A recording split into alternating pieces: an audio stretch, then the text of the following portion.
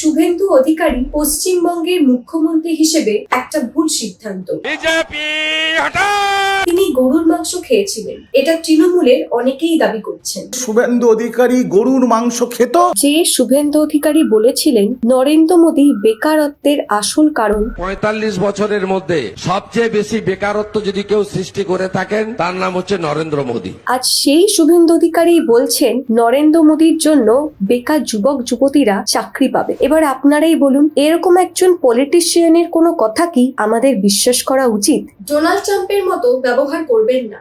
ভিডিওটাতে লাইক করুন, বন্ধুদের সঙ্গে শেয়ার করুন, আর বিহাইন্ড দ্য ফিল্টার ইউটিউব চ্যানেলটাকে সাবস্ক্রাইব করুন। শুভেন্দু অধিকারীর বাবা শিশির অধিকারী কংগ্রেস আমলে কেন্দ্রীয় মন্ত্রী ছিলেন। তাছাড়া ওনার দুই ভাইও পলিটিক্সের সঙ্গেই যুক্ত। ফলে বলাই যায় শুভেন্দু অধিকারীর রক্তেই রাজনীতি। 1995 সালে কংগ্রেসের কাউন্সিলর হিসেবে তিনি রাজনীতির জীবন শুরু করেছিলেন। এরপর যখন মমতা ব্যানার্জি কংগ্রেস ছেড়ে 1998 সালে তৃণমূল কংগ্রেস গঠন করে, তখন বাবা শিশির অধিকারীর সঙ্গে শুভেন্দু অধিকারীও তৃণমূলে যোগ দেন। এই দল পাল্টে নেওয়ার ব্যাপারটা বুঝতে হলে আগে আপনাকে জানতে হবে পশ্চিমবঙ্গের হিংসার রাজনীতির গল্প। 1972 সালে কংগ্রেস জিতেছিল পেশি শক্তির জোরে। সেই সময় পশ্চিমবঙ্গে কোনো বিরোধী রাজনৈতিক দলকে উত্থান করতে দেওয়া হয়নি। অনেক মানুষকে তাদের জায়গা থেকে তাড়িয়ে দেওয়া হয়েছিল। ভয়ে কেউ প্রতিবাদ করার সাহস পেত না। 1977 সালে যখন পশ্চিমবঙ্গে বাম সরকার আসে, সেই সময় তারা বলেছিল এই জাতীয় হিংসার রাজনীতি থেকে তারা অনেক দূরে থাকবে। কিন্তু সত্যিই কি তাই হয়েছিল? আসল বিষয় হচ্ছে বাম সরকারও এই হিংসার রাজনীতি থেকে দূরত্ব বজায় রাখতে পারেনি। একটা পর্যায়ে গিয়ে তাদেরকেও নিজেদের গুন্ডা বাহিনীকে পাঠাতে হয়েছিল মানুষকে ডমিনেট করার জন্য। শোনা যায় বাম আমলে রাজনৈতিক সুবিধাগুলো কেবলমাত্র তারাই পেতেন যারা কিনা রাজনৈতিকভাবে বাম সরকারের সঙ্গে যুক্ত ছিলেন। বাকিরা কোনো সুযোগ সুবিধা পেতেন না। এরপর নন্দীগ্রামে কেমিক্যাল হাব তৈরি করার জন্য যখন বাম সরকার মানুষদের উচ্ছেদ করেছিল, তখন শুভেন্দু অধিকারী ভূমি উচ্ছেদ প্রতিরোধ কমিটি তৈরি করেছিলেন নন্দীগ্রামে। 2007 সালে নন্দীগ্রামে পুলিশের গুলিতে 14 জন মানুষ মারা গিয়েছিলেন। 2007-এর 14ই মার্চ নন্দীগ্রামে পুলিশের গুলি চালনার ঘটনায় 14 জন গ্রামবাসীর মৃত্যু হয়। মমতা ব্যানার্জি শুভেন্দু অধিকারীর সহযোগিতায় নিজের সাম্রাজ্য বিস্তার করার একটা বড় সুযোগ পেয়ে গিয়েছিল। তারপর সিঙ্গুরে টাটার কারখানা তৈরির জন্য যখন কৃষকদের জমি জোর করে নিয়ে নেওয়া হয়েছিল, সেই সময়ও শুভেন্দু অধিকারী মমতা ব্যানার্জির পাশে ছিল। আমরা দেখতে পাই মমতা ব্যানার্জি 2011 সালে মুখ্যমন্ত্রী হিসেবে ক্ষমতায় আসেন, কিন্তু তার পেছনে সব থেকে বেশি যারা সাপোর্ট করেছিল তাদের মধ্যে একজন হচ্ছে শুভেন্দু অধিকারী। মানে যদি শুভেন্দু অধিকারী সেই সময় মমতা ব্যানার্জির পাশে না থাকতো, মমতা ব্যানার্জি কি কখনো মুখ্যমন্ত্রী হতে পারতেন? তবে আমরা যদি রাজনৈতিক হিংসার কথায় আসি, তৃণমূল আসার পর এই মারধর দাঙ্গার ব্যাপারটা অনেক গুণ বেড়ে গিয়েছিল। 2011 সালে সিপিএম এর পার্টি অফিস ভাঙচুর করা হয়, অনেক সিপিএম কর্মীকে মারধর করা হয়। অনেকে বলছেন পশ্চিমবঙ্গের মানুষ এইবার মুখ্যমন্ত্রী হিসেবে এমন একজনকে চেয়েছিলেন যিনি কিনা পুঁথিগত এবং সামাজিক দুই দিক থেকেই শিক্ষিত। এবার প্রশ্ন হচ্ছে শুভেন্দু অধিকারী কি আদৌ শিক্ষিত? মানে উনি কি পড়াশোনা করেছেন? দেখুন, এফিডেভিট অনুযায়ী 2011 সালে শুভেন্দু অধিকারী রবীন্দ্র ভারতী বিশ্ববিদ্যালয় থেকে MA পাশ করেন। তবে এখানে একটা টুইস্ট আছে। 2009 থেকে 2014 সাল পর্যন্ত শুভেন্দু অধিকারী একজন সাংসদ ছিলেন। তাহলে উনি পড়াশোনাটা কিভাবে করলেন? তবে হ্যাঁ, যদি ডিস্টেন্সে পড়ে থাকেন সেটা সম্ভব। তবে অনেক মানুষ বলছেন এগুলো নাকি ফেক ডিগ্রি। মমতা ব্যানার্জির উত্থানের সাথে শুভেন্দু অধিকারী এবং তার পরিবারের মানুষেরও উত্থান হয়েছিল। সেই কারণে অনেকেই বলতেন পূর্ব মেদিনীপুর মানে অধিকারী পরিবারের রাজত্ব। এবার অনেকের মনে প্রশ্ন আসছে, মমতা ব্যানার্জির সঙ্গে যদি শুভেন্দু অধিকারীর এত ভালো সম্পর্ক থাকে, তাহলে উনি তৃণমূল ছেড়ে বিজেপিতে কেন জয়েন করলেন? যদিও উনি বলেছেন যে মমতা ব্যানার্জি পরবর্তীকালে ভাইপো অভিষেক ব্যানার্জিকে একটা বড় ক্ষমতা দিয়ে দিয়েছিল। মানে তাকে যারা সাপোর্ট করেছিল মুখ্যমন্ত্রী হিসেবে আসার জন্য, তাদেরকে বাদ দিয়ে তার বদলে তিনি তার ভাইপোকে প্রধান আসন দিয়েছিলেন। সেটা শুভেন্দু অধিকারী মেনে নিতে পারেননি। তবে সাধারণ মানুষ অন্য কথা বলে। সারদা কাণ্ডের সঙ্গে শুভেন্দু অধিকারীর সম্পর্ক ছিল।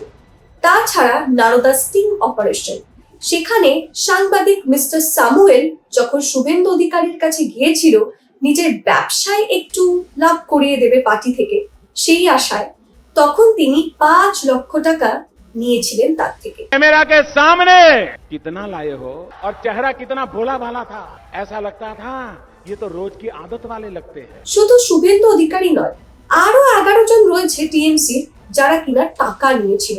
তাদের ভিডিও আমি আগের ভিডিওতেই দেখিয়ে দিয়েছি, আপনারা চাইলে দেখতে পারেন। এই যে 5 লক্ষ টাকা শুভেন্দু অধিকারী নিয়েছিলেন সেটার রেকর্ডিং কিন্তু ফরেন্সিক্যালি ভেরিফাইড। সেই সময় বিজেপি শুভেন্দু অধিকারীর ভিডিওটা নিজেদের ইউটিউব চ্যানেলে আপলোড করেছিল, যদিও এখন ভিডিওটা আপনারা খুঁজে পাবেন না। তাছাড়া শুভেন্দু অধিকারীর বিরুদ্ধে জোর করে টাকা নিয়ে নেওয়া, ঠিকাদারি ব্যবসা, এরকম আরো অনেক কিছু অভিযোগ ছিল। আসল কথা হচ্ছে বিজেপি ভয় দেখিয়েছিল শুভেন্দু অধিকারীকে। কারাবাস থেকে বাঁচার জন্য বাধ্য হয়ে শুভেন্দু অধিকারী বিজেপিতে জয়েন করেছেন। এটা আমি বলছি না, সাধারণ মানুষ এটাই মনে করেন। আর আপনারা সবাই জানেন বিজেপি হচ্ছে ওয়াশিং মেশিন, মানে কোনো একটা মানুষ অন্য রাজনৈতিক দলে থাকাকালীন যা যা দুর্নীতি করবে, তার নামে যত পুলিশ কেস থাকবে, যখনই সে বিজেপিতে জয়েন করবে সবকিছু দুর্নীতি ভ্যানিশ হয়ে যাবে। আচ্ছা, বিজেপি কি এমনি শুভেন্দু অধিকারীকে নিজের দলে টেনেছিল? না, শুভেন্দু অধিকারীকে নিজের দলে টানাটা ছিল বিজেপির একটা মাস্টার স্ট্রোক।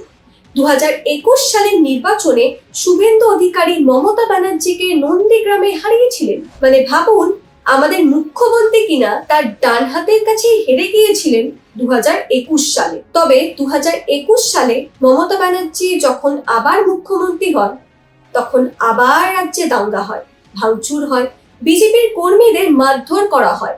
এমন অনেক মানুষ রয়েছে যারা কিনা রাজ্য ছেড়ে চলে গিয়েছিল টিএমসির মারধরের হাত থেকে বাঁচার জন্য। তবে বিজেপি একটা ভুল করেছিল। শুভেন্দু অধিকারীকে দলে আনার পর তাকে এতটাই প্রায়োরিটি দেওয়া শুরু করেছিল, অন্য যেসব নেতারা বহুদিন ধরে বিজেপির সঙ্গে যুক্ত তাদেরকে ইগনোর করা হয়েছিল। এবার আপনি বুঝতেই পারছেন, আপনি কোনো একটা দলে থেকে কাজ করছেন যেখানে অনেক বছর ধরে আপনি দলের পেছনে এফোর্ট দিচ্ছেন, সেখানে হঠাৎ করে দুদিনের আসা একটা লোককে দল প্রায়োরিটি দিতে শুরু করছে, আপনাকে পাত্তা দিচ্ছে না, তখন কি আর আপনার ইচ্ছা থাকবে দলের হয়ে লড়াই করার? ঠিক এই জিনিসটাই বিজেপির অন্দর মহলে হয়েছিল।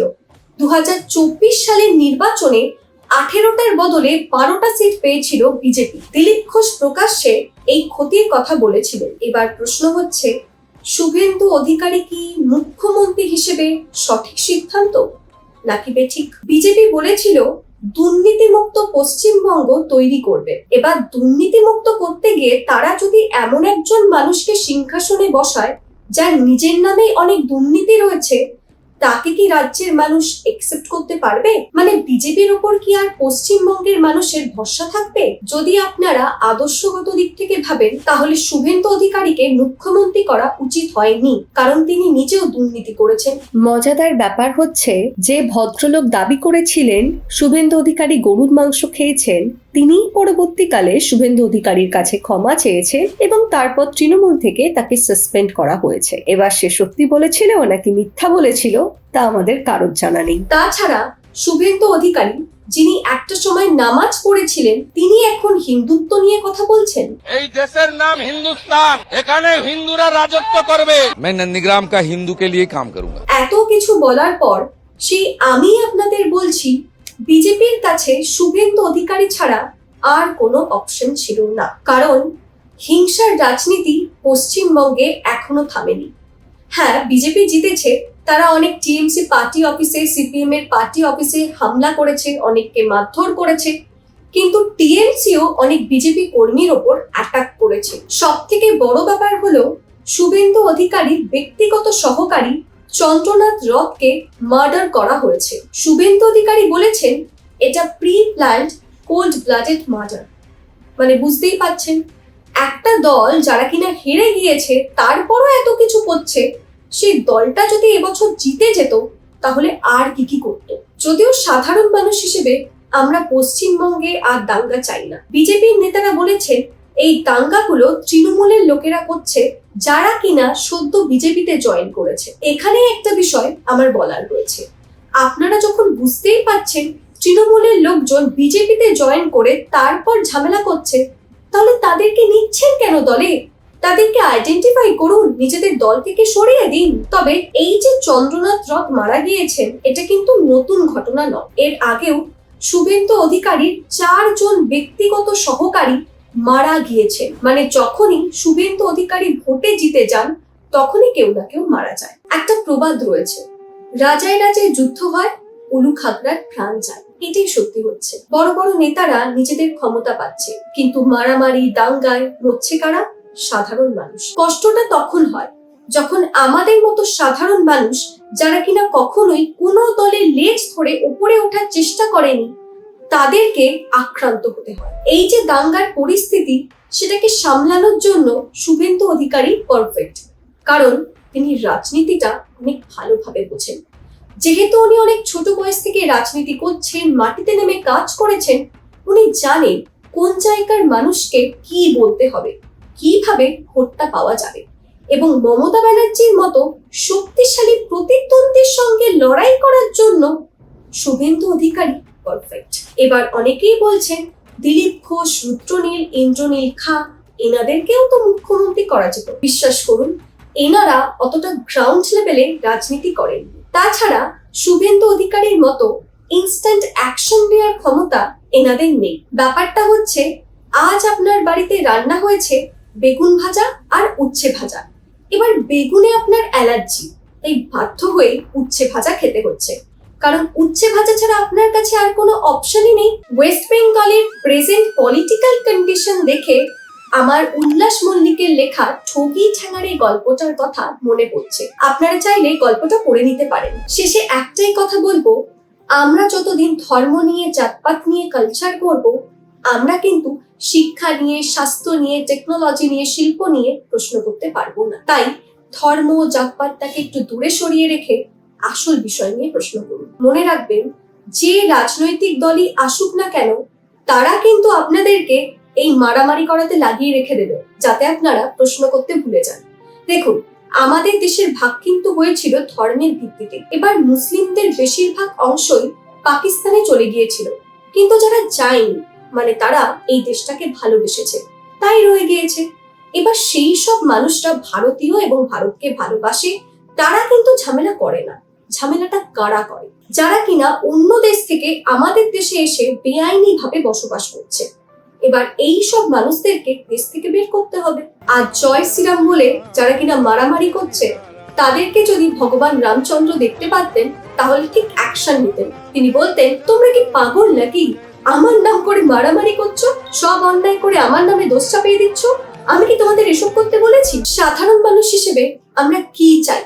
ভালো সরকারি হাসপাতাল, যেখানে বিনা পয়সায় ওষুধ পাওয়া যাবে, পাকা রাস্তা, ল্যাম্পপোস্টে আলো জ্বলবে, সরকারি স্কুলগুলোর হাল ফিরবে, বাল্য বিবাহ বন্ধ হবে, মেয়েরা পড়াশোনা করবে, শিশু মৃত্যুর হার কমবে, শিল্প আসবে, ব্যবসা আসবে, টেকনোলজিতে উন্নয়ন হবে, গভর্নমেন্ট এক্সাম গুলো ঠিক সময় হবে, তার রেজাল্ট বেরোবে, ভ্যাকেন্সি বাড়বে।